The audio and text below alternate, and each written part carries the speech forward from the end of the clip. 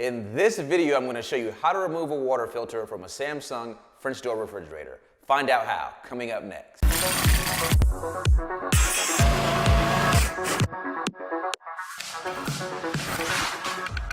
What's going on, guys? Kendall here for Renos for Pros and Joes, helping you simplify the renovation and remodeling process.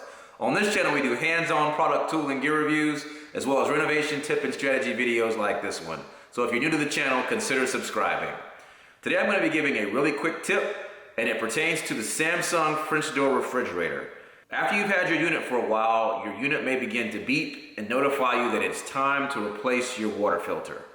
And it's pretty straightforward, and I just wanted to take a couple seconds to show you exactly how to do it, as well as give you a couple of pointers. So let me start by showing you exactly where it is on the refrigerator. Okay guys, so now that I've got everything zoomed in, you can see that we have several levels of shelves here. We've got one level here, a second one here, and a third one here. And below the third level of shelves are our crisper drawers. In between the crisper drawers, you'll see this round, kind of odd looking thing. This is the water filter. And if you look closely, you can see that there is a closed lock illustration here in the center, and then there's an open lock illustration here to the left side. You also have an arrow that is pointing counterclockwise. So in order to remove the filter, you want to grab it here with your two fingers or whatever fingers work best for you. You just want to turn it like that, counterclockwise. And see, now it is now loose, and I can just pull it out.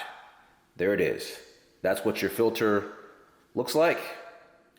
And once you've got your replacement filter, you do the same thing.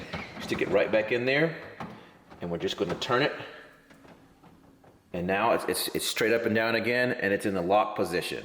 If your filter is difficult to get out, you might want to consider turning off your water supply on the back of your refrigerator.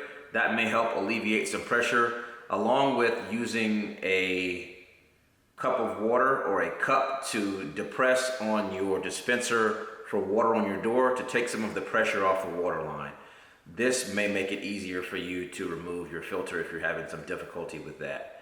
Additionally, you also want to keep in mind that you want to run 3 gallons of water through the new filter at a minimum before you begin using any of the water from the refrigerator. Also be aware that if you've got water in your door, water dispenser is what I'm referring to, be prepared that you may get a sudden burst of water when you use the water supply for the first time after installing a new filter.